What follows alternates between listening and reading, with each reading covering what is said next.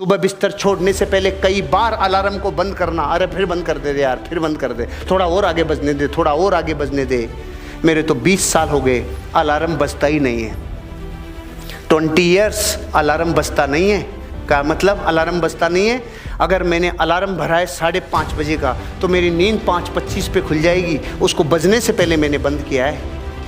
अब सोचो ये छोटी सी घटना है, कितनी निजी है, लेकिन इसका दौलत से गहरा संबंध है। तो मैं आपको भी यही कह रहा हूँ, सेल्स की दुनिया में एक चीज़ कॉमन है जो दुनिया में किसी भी जगह हो, चाहे भारत हो, चाहे अमेरिका हो, चाहे जापान हो, चाहे चाइना हो, वो लोग कभी ज़िंदगी में अपनी लाइफ में आलस नहीं करते, अपने आप को थोड़ा सा पेटेंट रखते हैं, अपने आप को किसी चीज़ के पीछे झांक के और पूरी ताकत से लगाते हैं।